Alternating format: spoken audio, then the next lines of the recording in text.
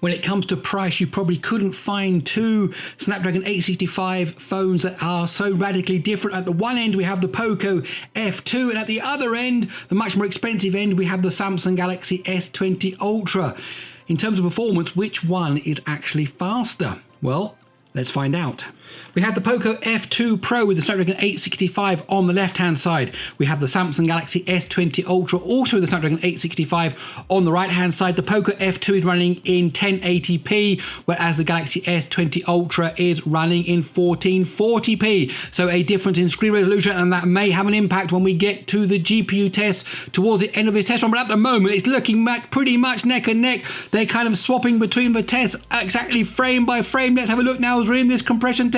Files are being zipped up and unzipped. Oh, look at that. That was like frame by frame, exactly the same as they were going into the test. Now we're into the 16 thread test. Of course, both of the Snapdragon 865 and octa-core processor. This really shouldn't be a problem. Oh, a slight lead there by the Galaxy S20 Ultra. Fraction of a second. They are both now into the blur test. Of course, it's the beginning of the mixed CPU GPU part of this test run. We're now into the infinite scrolling list. We are now in a moment going to get to the smoke particle test. Will there be a difference in the performance of the 2D smoke particle test? We're going basically neck and neck at this point. What's the score going to be? 28.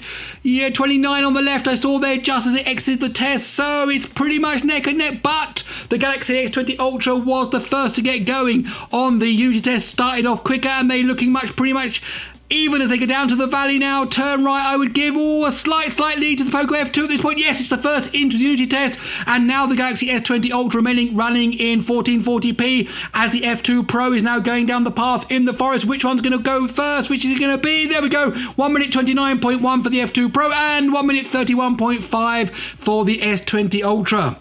Okay, let's break down those scores and see exactly what happened.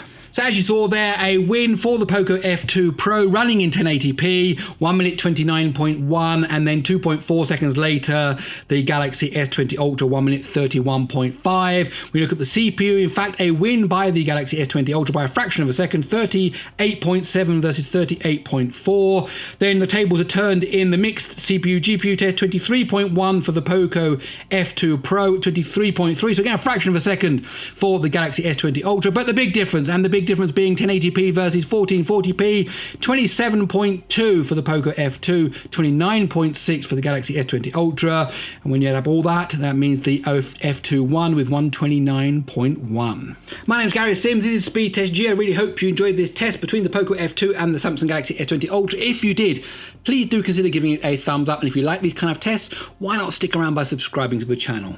Okay, that's it. I'll see you in the next one.